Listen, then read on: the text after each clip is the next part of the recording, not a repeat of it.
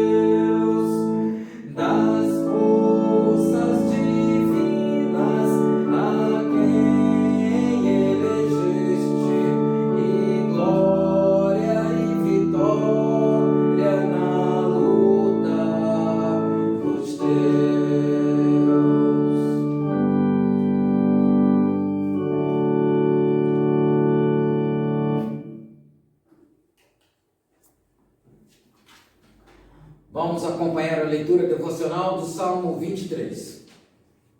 Não está.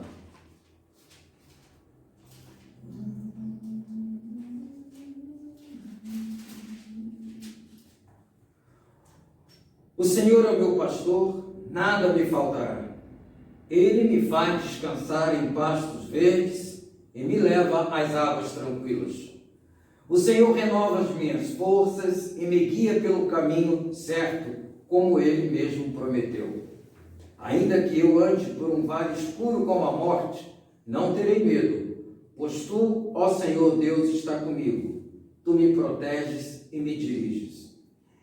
Preparas um banquete para mim, onde os meus inimigos me podem me ver, e me recebes como convidado de honra, e enches o meu copo até derramar. Certamente a tua bondade e o teu amor ficarão comigo enquanto eu viver. E na tua casa, ó Senhor, morarei todos os dias da minha vida. Amém. Olha, vamos louvar a Deus com o cântico número 26 do livro Cantai, Nosso Deus é Soberano. Vamos close aí.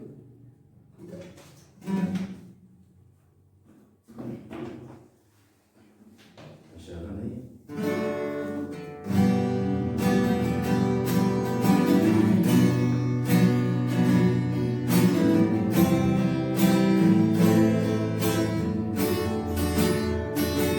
Nosso Deus é soberano, Ele reina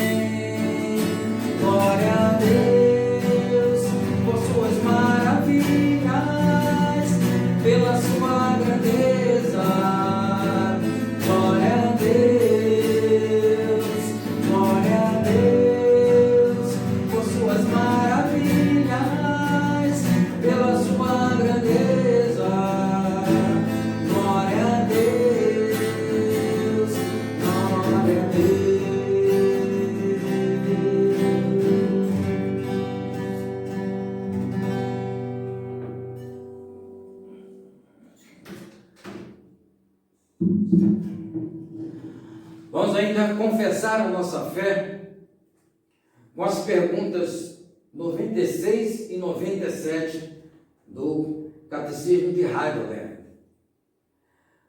Pergunta 96. O que Deus exige no segundo mandamento? Que não representemos Deus sob qualquer forma e que não o adoremos de outra forma senão aquela que Ele ordenou em sua palavra. Pergunta 97. Então, não se pode fazer qualquer imagem?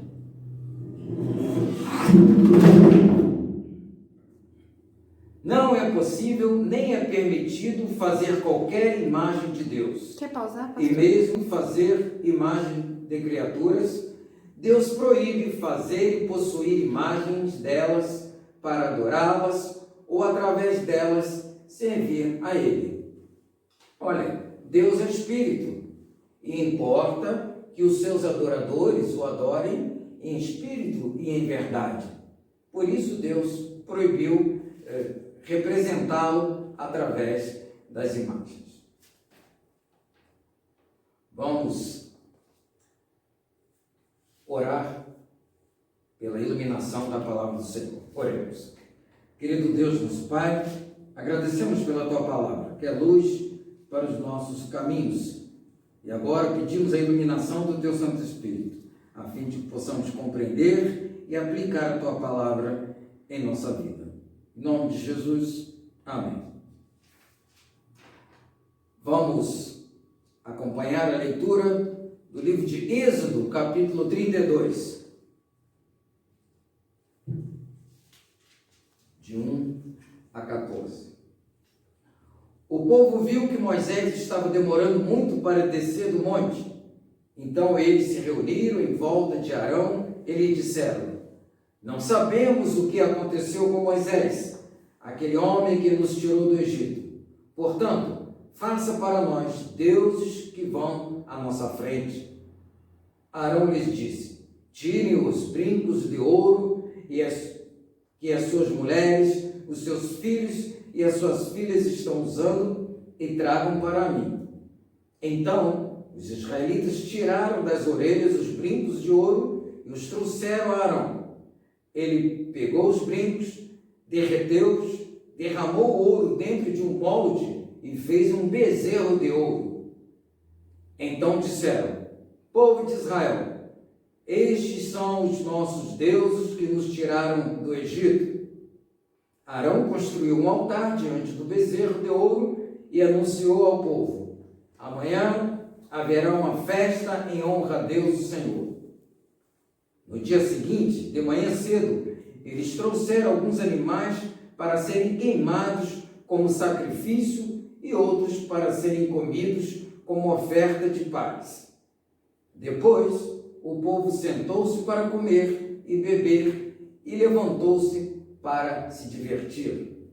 Então o Senhor disse a Moisés: desça depressa, porque o seu povo, o povo que você tirou do Egito, pecou e me rejeitou. Eles já deixaram o caminho que eu mandei que seguissem. Fizeram um bezerro de ouro fundido e o adoraram e lhe ofereceram sacrifícios. Estão dizendo que estes são os deuses deles, os deuses que os tiraram do Egito. Eu conheço este povo e sei que é muito teimoso. Agora não tente me impedir, pois vou descarregar a minha ira sobre essa gente e vou acabar com eles. Depois farei de você e os seus descendentes uma grande nação. Porém Moisés fez um pedido ao Senhor seu Deus. Ele disse: ó Senhor, por que ficaste assim tão irado com o teu povo, que tiraste do Egito com grande poder e força?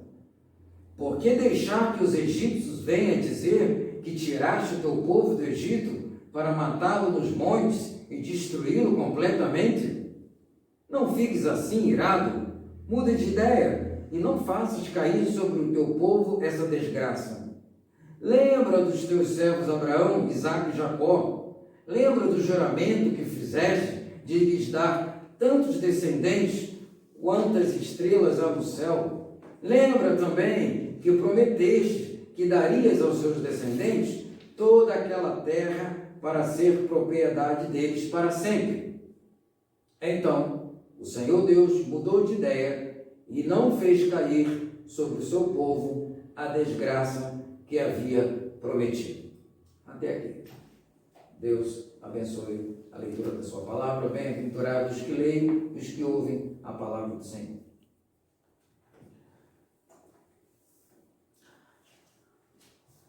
Quantas vezes nós erramos um caminho e precisamos retornar, precisamos refazer o percurso?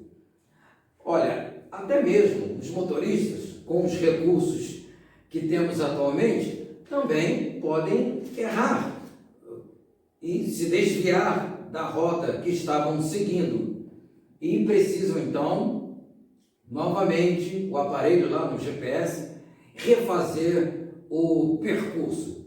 Ou outras vezes, quem não está usando o GPS, pode esperar encontrar uma placa indicando retorno, uma conversão, para poder retomar o caminho certo. O texto que nós lemos agora também fala que o povo de Deus errou o caminho, se desviou do caminho. Mas olha, quando fala que o povo se desviou do caminho, não é um caminho, uma rota, uma estrada que eles estavam andando do deserto para chegar até o seu destino. O que a Bíblia diz é que eles se desviaram do mandamento de Deus, dos caminhos do Senhor. No capítulo 24, Deus chamou Moisés para que subisse naquele monte. Diz assim: suba ao monte onde eu estou e fique aqui, pois eu vou lhe dar as placas de pedra que têm as leis e os mandamentos que escrevi, a fim de que você os ensine ao povo. Pois bem, Moisés subiu, ficou lá no monte e o povo ficou impaciente com a suposta demora de Moisés. E então começaram a cobrar do Arão uma atitude e fez com que ele construísse aquele bezerro de ouro. Ele construiu um altar também, ele elaborou uma liturgia, um cerimonial para que eles oferecessem sacrifícios. O povo adorou, comeu, bebeu e se divertiu. Mas não era esse o tipo de adoração que Deus queria. Deus não queria ser representado por um ídolo. Não, um ídolo feito segundo a imaginação humana. Um ídolo feito pelo homem pecador. E ainda construíram o altar de sacrifício. Sacrificaram? Não, Deus não pediu isso. Isso tudo é algo que está contrário à lei de Deus.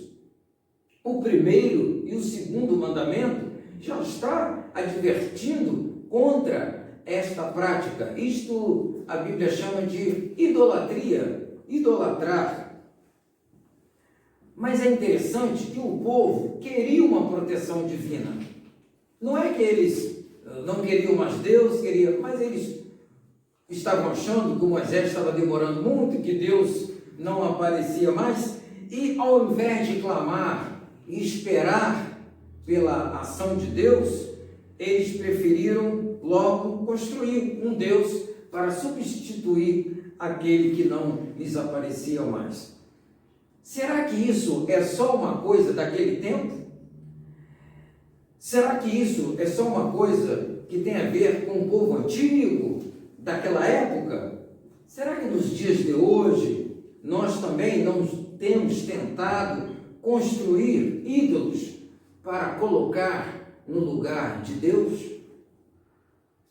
O que aconteceu naquele dia, naquele lugar, foi uma infâmia.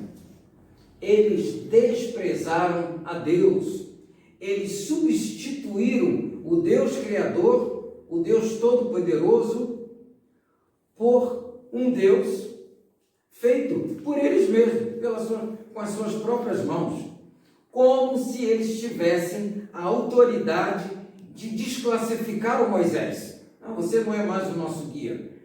E também como se eles tivessem a liberdade de rejeitar a soberania de Deus. Então já fazemos um Deus nosso, não precisamos mais do Senhor.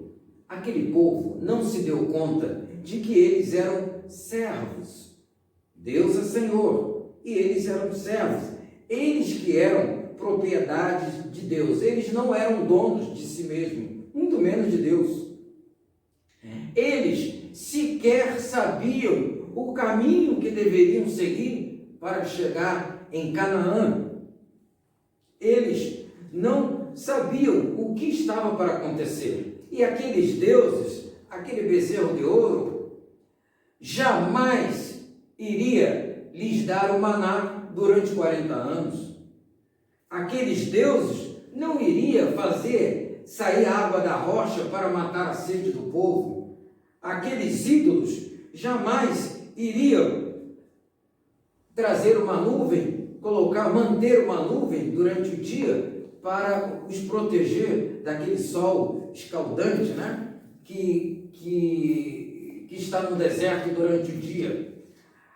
Aqueles ídolos não iriam providenciar fogo que viesse aquecê-los durante a noite e iluminar todo o arraial, e nem livrá-los das emboscadas dos exércitos inimigos. Olha, aquela atitude fez acender a ira de Deus sobre eles. E Deus intentou dar um fim neles ali mesmo. E foi nesta hora que o Moisés exerceu o seu papel de mediador. Ele suplicou a Deus que se lembrasse de 3 coisas. Lembra-se de Abraão, de Isaque e Jacó. Outro, lembra do juramento que fizesse com a descendência, que eles seriam uma descendência muito grande. Lembra também da promessa da terra prometida, da terra de Canaã. A intercessão de Moisés resultou na manifestação da misericórdia de Deus. Aquele povo, Deus mesmo diz, a Bíblia mesmo diz, é um povo teimoso. Ou em outra versão diz, é um povo de dura cerviz, cervical aqui dura, né? É um povo que não abaixa a cabeça, é um povo orgulhoso que não se humilha se não for pela poderosa mão de Deus. A intercessão do mediador fez com que a graça de Deus superasse a desgraça daquele povo. Só o fato deles terem feito aquele ídolo da forma de um Deus já era o suficiente para eles morrerem tudo ali, independente de um castigo de Deus. Por quê? Porque eles não iriam muito longe.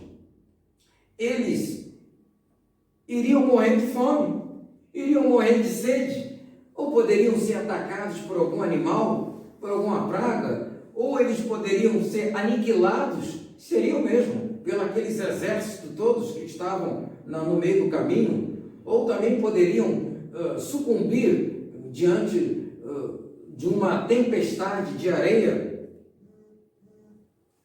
A vida deles dependia da presença do Deus que os libertou do Egito, da direção desse Deus e da provisão desse Deus. Aquela peregrinação é uma grande lição para nós.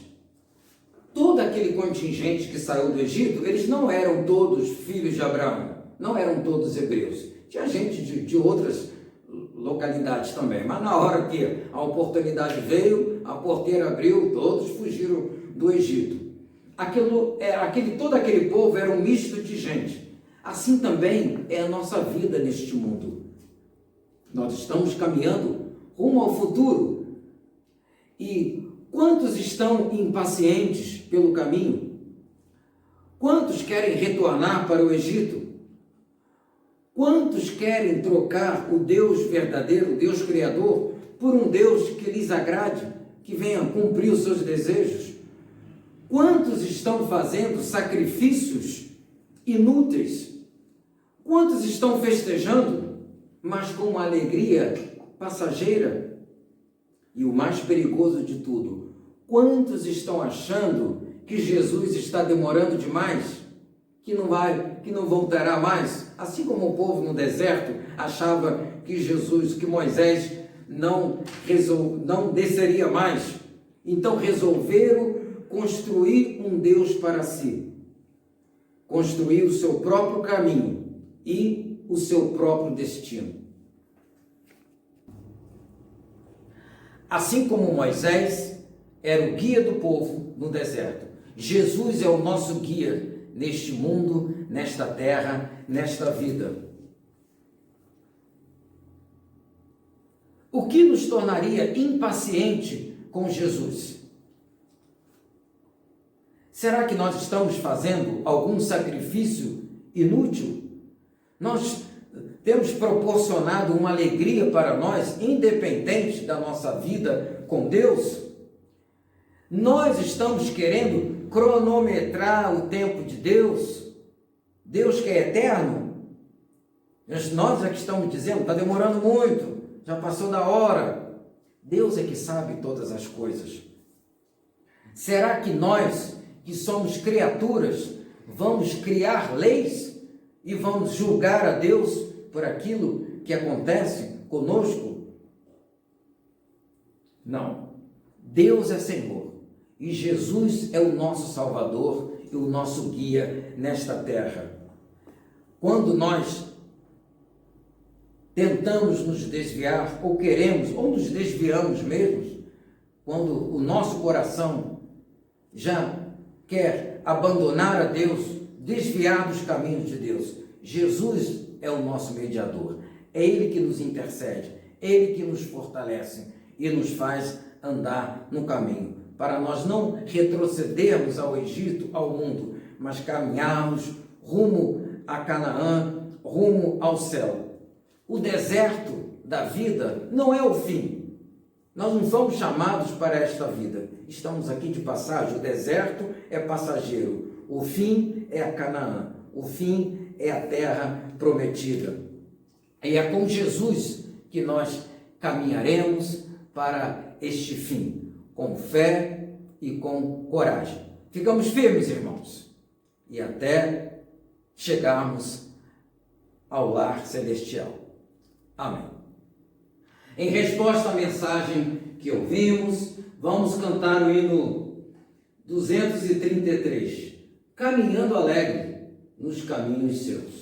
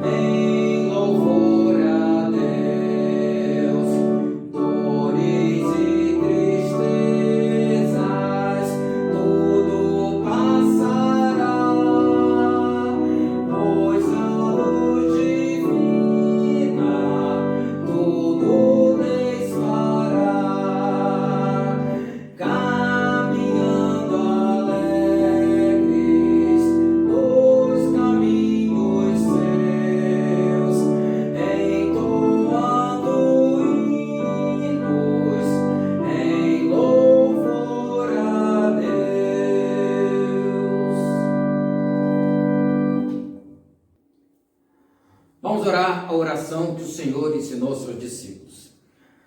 Pai nosso que estás nos céus, santificado seja o teu nome. Venha o teu reino, seja feita a tua vontade, assim na terra como nos céus. O pão nosso de cada dia nos dá hoje. E perdoa-nos as nossas dívidas, assim como nós perdoamos aos nossos devedores.